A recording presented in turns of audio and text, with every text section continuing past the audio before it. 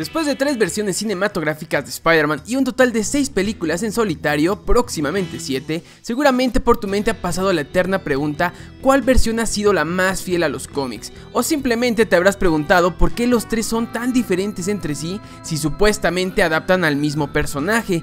Eso es lo que vamos a responder en el siguiente video.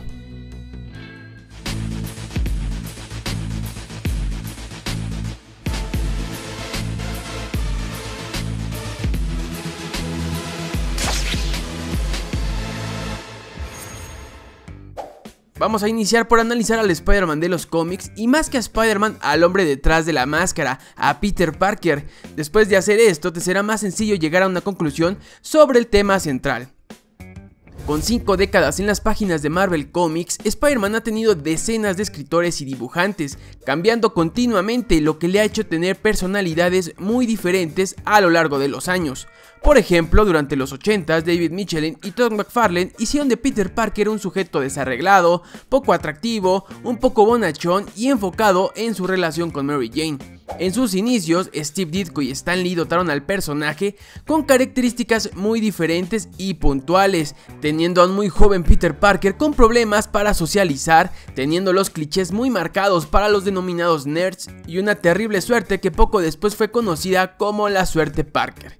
Poco después de eso, John Romita llegó a los lápices y el giro del personaje cambió rotundamente. Ahora el joven de Queens asistía a la universidad, su suerte con las mujeres mejoraba y los trazos del artista le hacían un sujeto más atractivo. Las historias se enfocaban en su vida amorosa y el sentido del humor predominaba cuando este se ponía la máscara.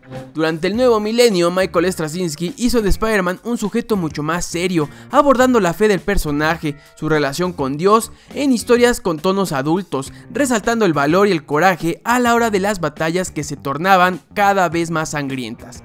En esos mismos años, Brian Michael Bendis deleitó a los lectores con su joven e inexperta versión del universo Ultimate, con un Peter Parker que en lugar de tomar fotos se encargaba del apartado web del Daily Bugle. Su relación con Mary Jane se enfocaba más en el apartado amistoso y el sentido del humor se perfeccionó haciéndolo el rey del gag. Kurt Busiek retomó los años de juventud del personaje en aquella serie titulada Untold Tales, demostrando que el sentido del humor puede ser aminorado mientras se tengan buenas historias centradas en personajes de apoyo. También redefinió e hizo evolucionar la imagen que Steve Ditko y Stan Lee habían creado, teniendo las mismas características pero sin el uso excesivo de ellas. En la actualidad, Dan Slott se encargó de apoyar a Peter Parker en la tecnología, abandonando su interés por aspectos amorosos o familiares, centrándose así en su totalidad en una vida como Spider-Man. De repente la suerte Parker parecía no existir, su relación con el mundo era muy fácil y de la nada comenzaba a tener un gran éxito económico y personal. Ahora, después de saber todo esto, te pregunto, ¿Peter Parker tiene una personalidad definida? Al margen de mantener los mismos patrones y valores que rigen su día a día, ¿podríamos decir que este personaje es fácil de adaptar a otros medios? ¿Hay un Spider-Man único que tomar como referencia? La respuesta es sencilla y esa es un no. No hay una versión del personaje que sea la definitiva y tampoco una que sea mejor o peor que las demás. Al margen de respetar los cánones de aparición, la versión original podría ser tomada en cuenta como la principal, pero no hay forma en que definamos qué visión del personaje pueda ser considerada la principal. Tomando en cuenta todo esto, es imposible descifrar y afirmar qué versión del personaje mostrada en el cine es la que mejor adapta a Spider-Man.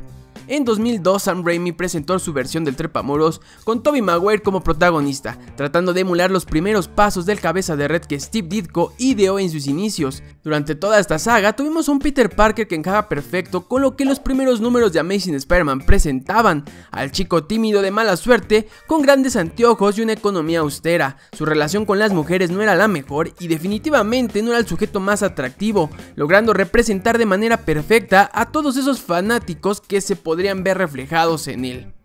10 años más tarde, Andrew Garfield se encargó de darle un giro al personaje. Ahora Peter Parker parecía más interesante que en antaño, usaba una patineta y mantenía un look increíble, por no decir que su relación con Gwen Stacy era la base de su historia. Sé que esto le suena bastante familiar, pues cuando John Romita se encargó del personaje en los cómics, el cambio fue muy parecido, convirtiendo a Amazing Spider-Man en una serie de cómics que basaban su argumento principal en la vida amorosa de un atractivo Peter Parker. Y si se han leído algunos cuantos números de Ultimate Spider-Man, se darán cuenta que la fórmula entre Gwen y Peter fue calcada de lo mostrado por Michael Bendis con la pelirroja. Teniendo dos versiones bien establecidas que se robaban a las principales de los cómics, a Marvel Studios no le quedó de otra más que mezclar diferentes versiones para dar con una propuesta que encaje con nuevas generaciones. Tom Holland mantiene la inocencia del Peter Parker de Kurt Busiek, el modo desarreglado de Todd McFarlane y esa pasión por la alta tecnología que era la base presentada por Dan Slott. Definitivamente el plano amoroso no es su principal motivante y su relación con la tía May se basa en la modernidad de nuevos universos.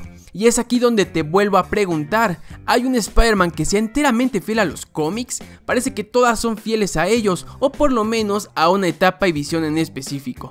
No hay solo una versión hasta ahora vista en el cine que represente toda la historia del personaje, y estoy seguro que el eterno argumento de nombrar a la versión de Sam Raimi como la más fiel por adaptar la idealizada etapa de Steve Ditko y Stan Lee resultaría muy poco convincente en estas circunstancias. Si me lo preguntan, todas las versiones que hasta ahora han llegado al cine mantienen una fidelidad a los cómics, y como aficionados al personaje deberíamos sentirnos agradecidos por tener una evolución y diferentes versiones cinematográficas. Al final de todo, lo único que dicta la preferencia por una u otra versión es el gusto personal y lo mucho que te puedas identificar con él. Así que olvidémonos por encontrar una respuesta absoluta a este debate y disfrutemos cada una de ellas. Dime qué opinas tú sobre todo esto. ¿Cuál versión es tu favorita? ¿La de Tobey, la de Tom o la de Andrew Garfield? Házmelo saber todo en los comentarios. No olvides suscribirte al canal para estar al tanto sobre el personaje, seguirme en mis redes sociales y compartir este video con todos tus amigos. Nos vemos hasta la próxima.